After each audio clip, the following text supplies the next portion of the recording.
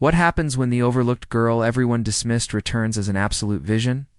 This emotionally charged five-part story follows Celeste Morgan's incredible transformation from awkward outsider to breathtaking socialite, but her stunning appearance isn't the only thing that's changed. Dear friends, prepare for a story that will grip your heart and leave you breathless. Let's dig in. The abandoned warehouse smelled of rust and old blood.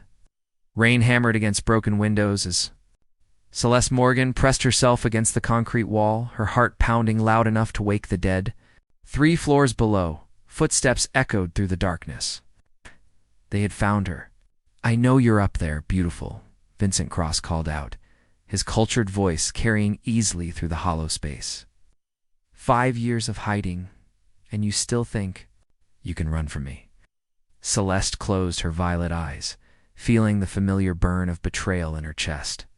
The same man who had rescued her from poverty, who had transformed her from an awkward teenager into New York's most desired woman, now hunted her like prey through the shadows of Brooklyn's industrial district.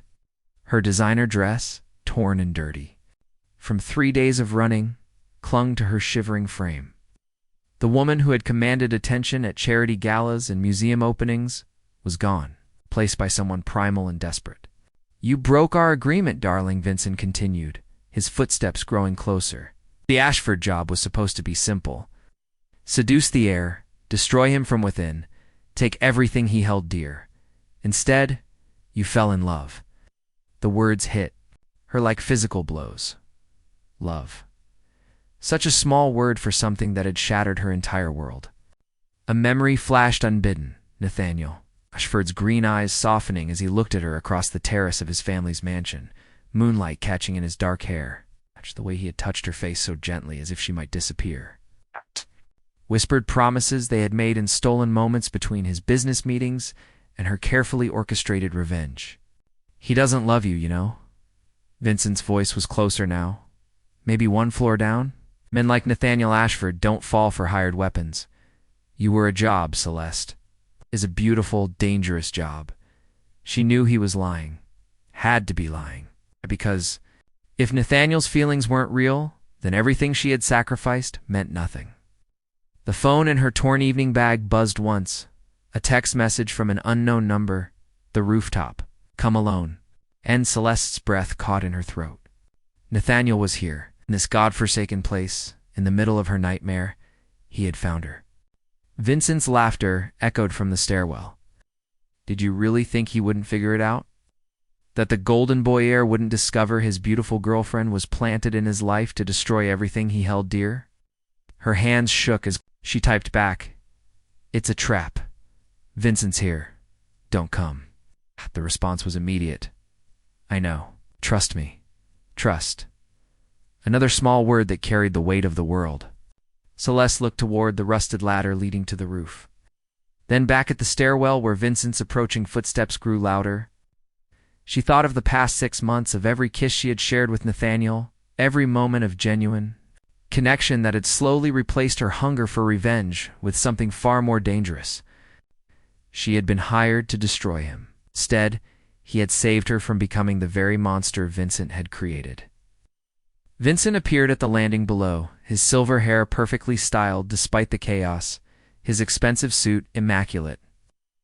Right hand, he held a gun with casual familiarity. "There you are, my dear. Did you really think you could escape me? After everything I invested in you?" Celeste straightened, finding strength she didn't know she possessed. "I'm done being your weapon, Vincent." His smile was so cold as winter. "Oh, darling, you were never going to have a choice in that." The rooftop stretched before Celeste like a battlefield under the storm-dark sky. Wind whipped her hair across her face as she emerged from the stairwell, Vincent's gun trained on her back.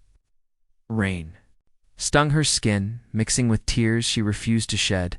Nathaniel stood at the far edge of the roof, his hands raised, his tailored suit soaked through. Even in the dim light, she could see the betrayal etched across his aristocratic features. "Let her go, Cross," he called out, his voice carrying over the wind. "Your business is with me." Vincent laughed, pressing the gun harder against Celeste's spine. "My business, dear boy, is with both of you.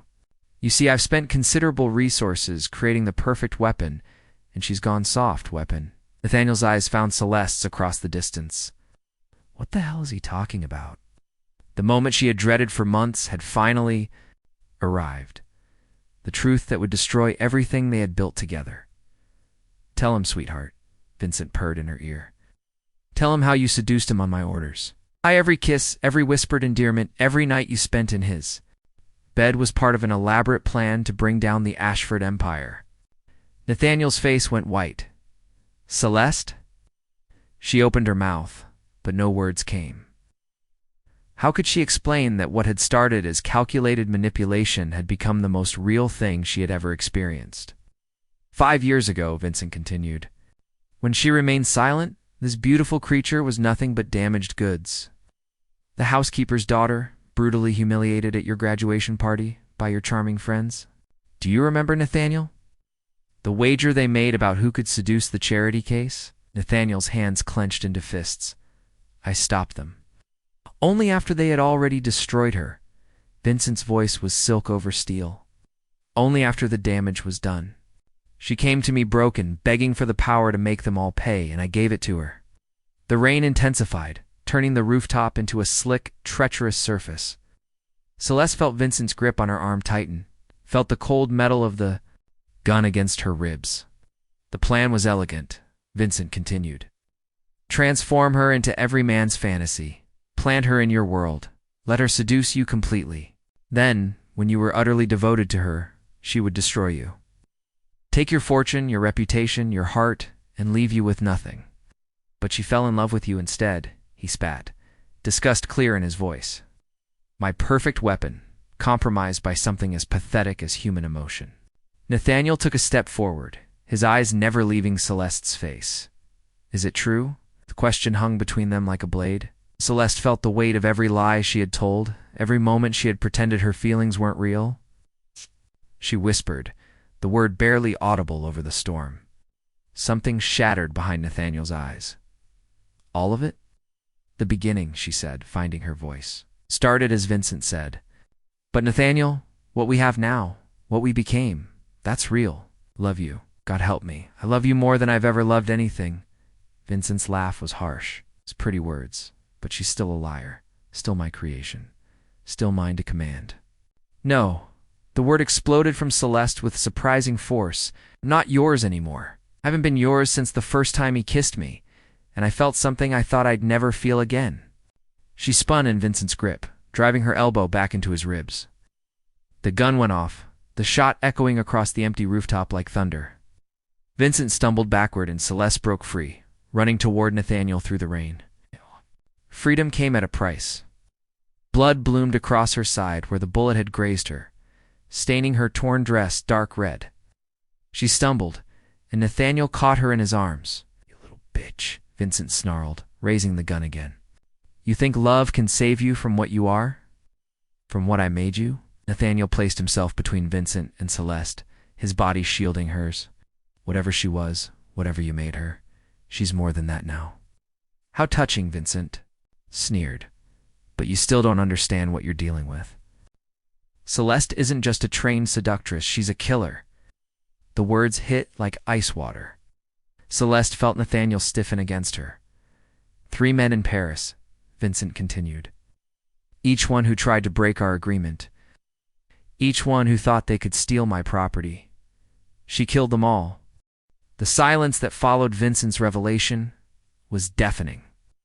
Rain continued to pound the rooftop, but it felt distant, muffled by the weight, off the terrible truth. Nathaniel's body had gone rigid against hers. Celeste could feel him pulling away. Not physically, but emotionally, as if her touch had become poison. 3 men, he repeated, his voice hollow. You killed 3 men.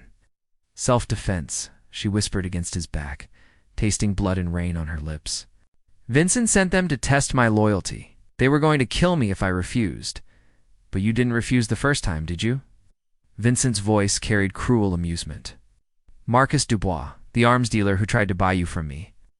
You put a knife between his ribs like you were born to it. Celeste closed her eyes, remembering. The hotel room in Marseille, the way Marcus had smiled when he thought she was helpless. The moment she realized that Vincent had trained her to be more than just beautiful and seductive, he had made her lethal. Nathaniel, she breathed, feeling him start to turn away. Please, let me explain. But he was looking at her now with something she had never seen in his eyes before. Fear. Jesus Christ, Celeste, what are you? The question cut deeper than Vincent's bullet ever could. Because the truth was, she didn't know anymore. The scared teenager who had left New York 5 years ago was gone. The cold killer Vincent had created was dying. What remained was something caught between two worlds, belonging to neither. She's mine, Vincent said, stepping closer with the gun, still trained on them both. My masterpiece. My weapon. And no matter how much she thinks she loves you, boy, she'll always come back to what I made her. Thunder cracked overhead, and in the flash of lightning that followed, Celeste saw something that made her blood freeze. 3 figures emerging from the stairwell behind Vincent, moving with professional silence across the wet rooftop. Vincent's men had arrived. You brought backup, Nathaniel said, his jaw tight with anger. Insurance, Vincent corrected. Invested too much in this particular project to let sentiment ruin everything. Celeste pressed her hand to the wound in her side, feeling warm blood seep between her fingers. The pain was getting worse, making her vision blur at the edges. But pain had always been a teacher, and Vincent had taught her to use it. There's something you don't know, she said, forcing her voice to remain steady. Vincent raised an eyebrow. Oh, I've been feeding information to the FBI for 6 months. The words hung in the air like a bomb waiting to explode. Vincent's face went white, then red with rage. You lying little whore. You wouldn't dare. Agent Sarah Chen, Financial Crimes Division, Celeste continued, pulling a small recording device from her torn dress. Every conversation we've had, every transaction, every murder you've ordered, it's all here. Vincent's hand shook with fury as he pointed the gun directly at her heart. Give me that device or I'll kill you both right now. No, Nathaniel, said stepping forward. You won't. So why not? Young Ashford. Nathaniel's smile was sowed as winter. 'Cause you're surrounded. Red laser dots appeared on Vincent's chest and the chests of his men. FBI snipers had taken position on surrounding buildings, their rifles trained with deadly precision. Agent Chen. Nathaniel spoke into a radio Celeste hadn't noticed he was. Carrion, we have Vincent Cross and 3 associates on the rooftop. Celeste has been shot and needs medical attention. The response crackled through the storm. Copy that, moving in now. Vincent's laugh was bitter and broken. He played. Me, both of you. How long have you known? Since the charity gala, Nathaniel replied. I've known about you for years, Vincent. My father's been investigating your operation since you tried to recruit me when I was in college. Celeste stared at him in shock. You knew this whole time? You knew what I was? I knew what you had been, Nathaniel corrected, his green eyes finding hers through the rain. I also knew what you were becoming. The FBI approached me 6 months ago when they learned about your relationship with me. They needed someone on the inside.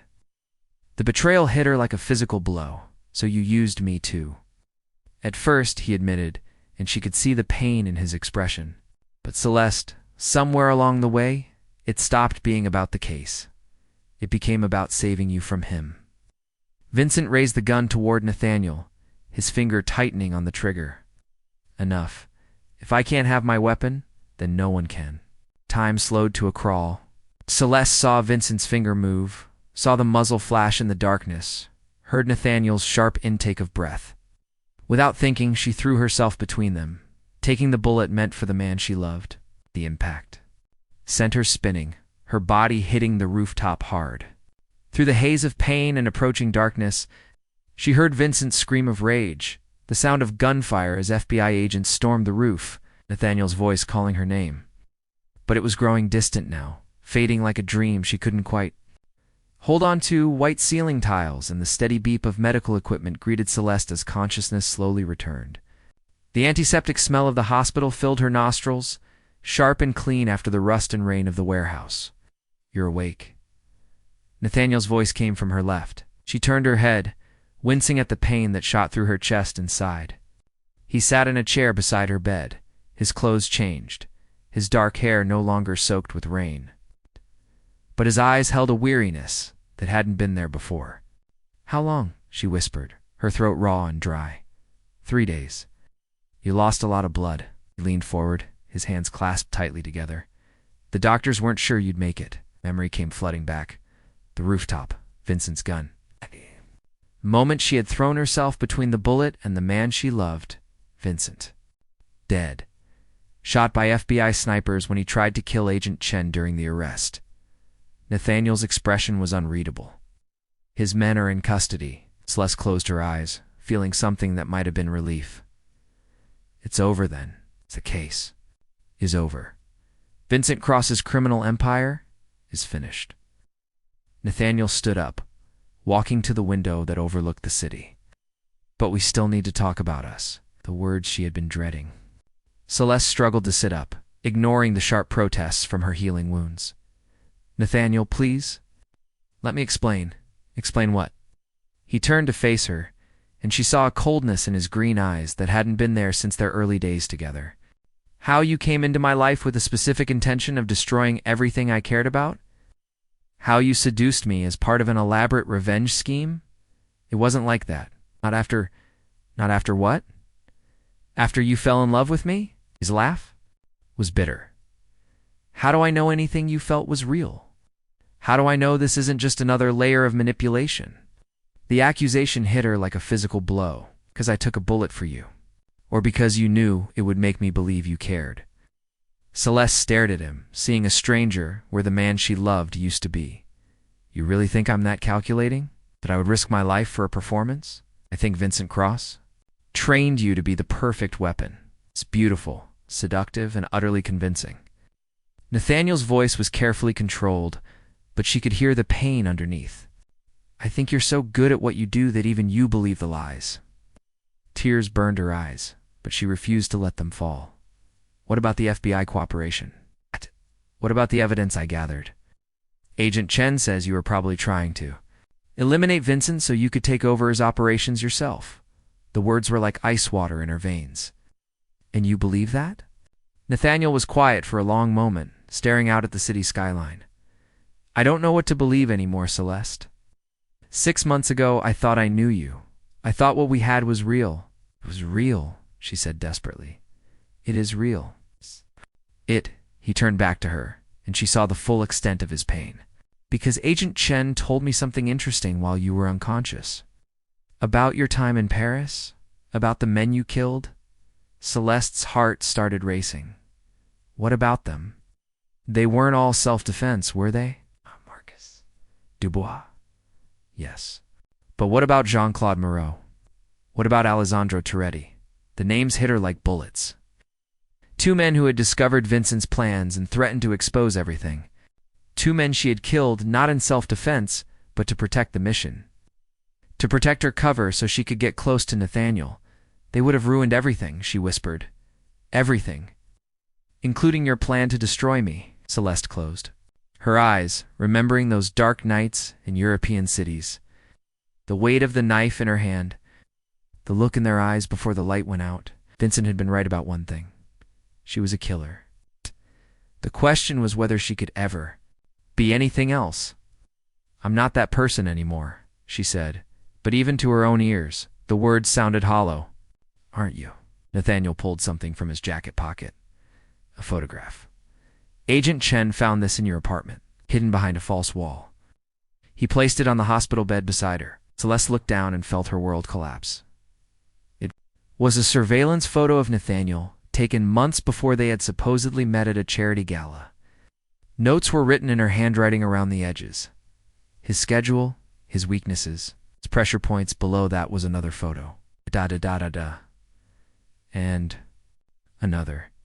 A detailed dossier of everything he cared about, everyone he loved, every way he could be hurt.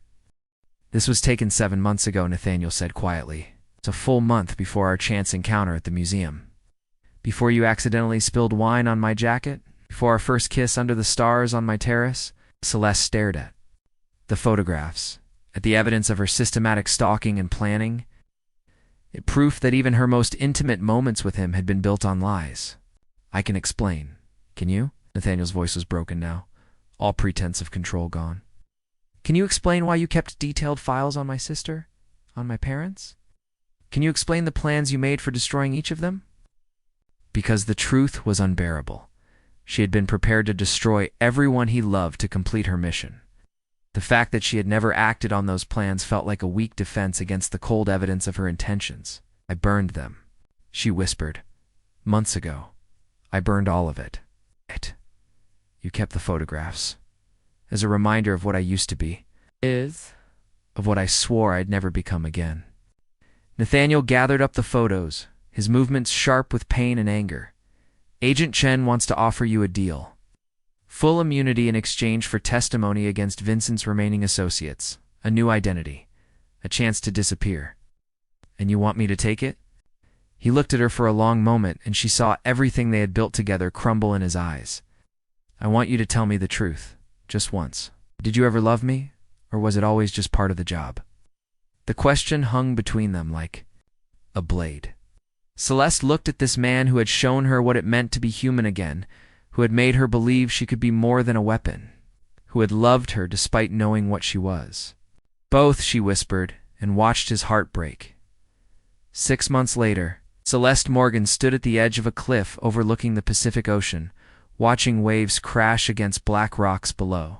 The small cottage behind her was sparse but comfortable, paid for by the FBI's Witness Protection Program. Her new identity papers lay on the kitchen table. Sarah Collins. Art teacher. No criminal record. No dangerous past. The woman who had seduced New York's elite and killed for Vincent Cross was supposed to be dead. But ghosts, Celeste had learned, were harder to bury than bodies. The sound of tires on gravel made her turn. A black sedan wound its way up the coastal road, out of place among the weathered pickup trucks of her fishing village neighbors. Her hand instinctively moved to the knife hidden beneath her flowing skirt, old habits dying hard. The car stopped, and Agent Sarah Chen emerged, her expression unreadable behind designer sunglasses. Hello, Celeste. It's Sarah now, she replied, but made no move to invite the FBI agent inside. We need to talk. Chen's voice carried an urgency that made Celeste's skin prickle with unease. I fulfilled my part of the deal. Vincent's network is destroyed. I testified against his associates. I'm done. Vincent Cross had a brother. The words hit Celeste like ice water. What? Marcus Cross. We thought he was dead, killed in a car accident in Romania 3 years ago. We were wrong. Chen removed her sunglasses, revealing eyes filled with grim purpose. He's alive, and he's been rebuilding Vincent's empire. More importantly, he knows you're alive. Celeste's blood turned cold. That's impossible. Vincent never mentioned a brother, because Marcus was supposed to be his failsafe. If anything happened to Vincent, Marcus would take over and eliminate any threats to the organization. Chen pulled out a photograph, including you. The image showed a man who looked disturbingly like Vincent, but younger, harder, with scars. Across his face that spoke of violence survived rather than avoided. He landed in Los Angeles yesterday, Chen continued. We have reason to believe he's already tracked you here. Celeste looked toward the cottage, toward the quiet life she had. Tried to build among people who knew nothing of her past. How long do I have? Hours, maybe less. Then why are you here instead of evacuating me? Chen's smile was sharp as a blade, because Marcus Cross made one crucial mistake. He reached out to someone we've been monitoring, someone who agreed to meet with him. Who? Nathaniel Ashford. The name hit Celeste like a physical blow. 6 months of silence, 6 months of wondering if he was alive or dead, if he ever thought about her, if he had found a way to forget what they had shared. He's bait, she realized.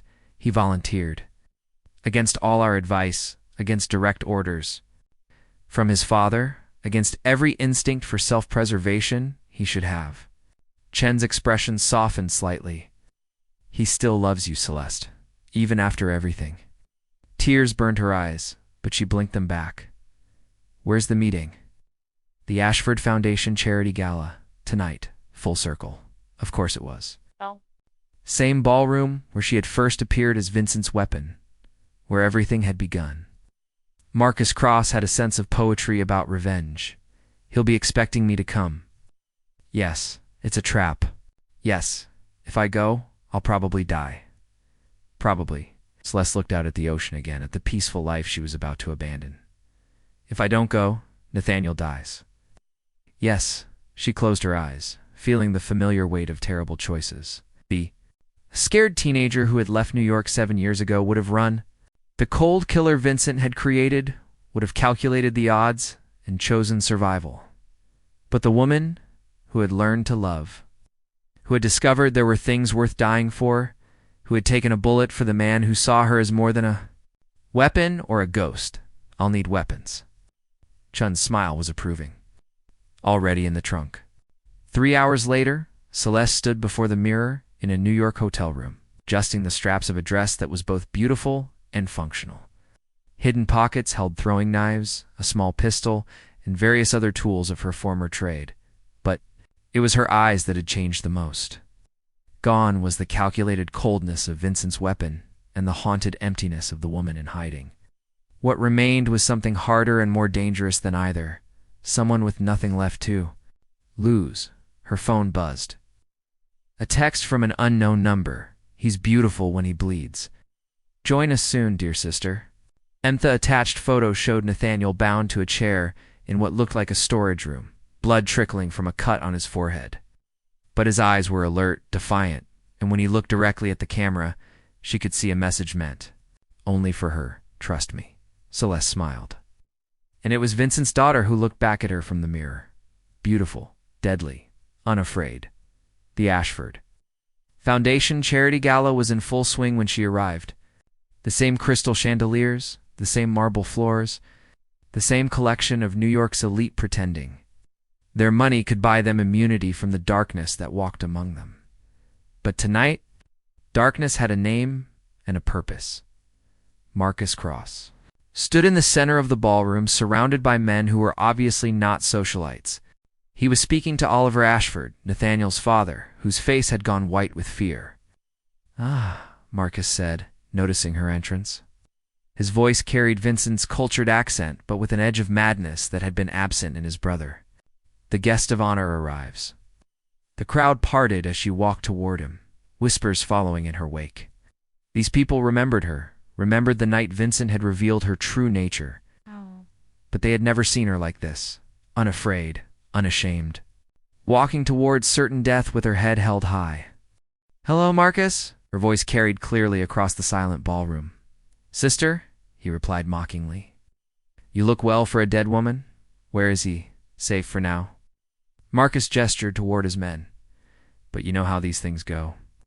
One wrong move, one attempt at heroics, and Mr. Ashford joins his son in a very permanent family reunion." Celeste stopped 6 feet away from him, close enough to see the madness in his eyes, close enough to strike if she had to. "What do you want?" What Vincent wanted.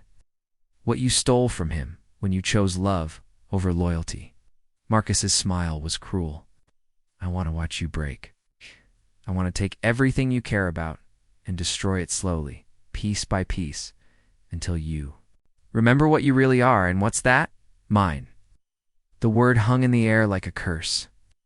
Around them, the gala guests pressed closer, drawn by the terrible magnetism of approaching violence. "I was never Vincent's," Celeste said quietly. "And I'll never be yours. We'll see." Marcus nodded to one of his men, who pressed a button on his phone. The ballroom's massive screens flickered to life, showing a live video feed. Nathaniel, bound and bloodied, looked directly into the camera. "Celeste," he said, his voice steady despite his circumstances. "Don't do what they want. Don't become what they tried to make you." Marcus laughed, touching. "But you see, my dear, he doesn't really know you, does he? He thinks love changed you, thinks you're some kind of redeemed soul. He has no idea what you're truly capable of." "You're right," Celeste said, and her voice had gone cold as winter. "He doesn't know." Her hand moved faster than thought, faster than Marcus could react. The knife that had been hidden in her dress found the space between his ribs with surgical, precision. He doesn't know, she continued, as Marcus staggered backward, blood blooming across his white shirt, that I would burn the world down to keep him safe. Chaos erupted in the ballroom. Marcus's men reached for their weapons, but they were too slow. Celeste moved like death personified. Every lesson Vincent had taught her, crystallizing into perfect, lethal motion. She had been created to be a weapon. Tonight, she chose to be a sword in the hand of justice. When the FBI burst through the ballroom doors 5 minutes later, they found Marcus Cross dead and his organization in ruins. They found Celeste Morgan kneeling beside Nathaniel in the storage room below, her hands pressed against a wound in his chest, her dress stained with blood that wasn't her own. "I'm sorry," she whispered as paramedics worked around them. "For everything. For the lies, for the pain, for not being strong enough to walk away before it was too late." Nathaniel's eyes found hers through the chaos. "Celeste, I have to go," she said, knowing the FBI would have questions she couldn't answer, knowing that staying would only bring more danger to the man she loved. "This life, this world, it's not mine anymore." His hand caught hers, surprisingly strong. Despite his injuries, it could be no. She pressed a kiss to his bloodied knuckles. Some ghosts can't be laid to rest. Some sins can't be forgiven. But maybe some love is strong enough to survive anything. She stood to leave, but his voice stopped her. "Celeste." She turned back one last time, memorizing his face, the way the light caught in his green eyes, the stubborn set of his jaw that had first made her realize she was falling for her target. "What we had," he said quietly. His words meant only for her ears. It was real. She smiled through her tears. "I know." 3 months later, Agent Sarah Chen stood in the same coastal cottage, reading a letter that had been left on the kitchen table. The handwriting was elegant, familiar. "Sarah, by the time you read this, I'll be gone. Don't look for me." The woman you knew as Celeste Morgan died in that ballroom, and Sarah Collins was always just a ghost. "Tell Nathaniel that I loved him. Tell him that loving him taught me the difference between existing and living, between surviving and being truly alive. Tell him that if there's another life after this one, I hope I get to love him better. The account information is in the envelope. Vincent's remaining assets, everything I could recover. It should be enough to fund the Ashford Foundation's work for years to come. Let it do some good in the world. Take care of him, Sarah. He deserves better than the darkness I brought into his life." The ghost you used to know folded the letter, looking out at the empty ocean. On the horizon, a ship's lights disappeared into the vast darkness, carrying someone who had chosen to become a legend rather than live as a lie in New York. Nathaniel Ashford stood on his penthouse balcony, watching the city lights twinkle below. In his hand he held a single white rose left on his doorstep with no note, no signature, no explanation. But he understood. Some love stories ended with weddings and white picket fences. Others ended with sacrifice and letting go.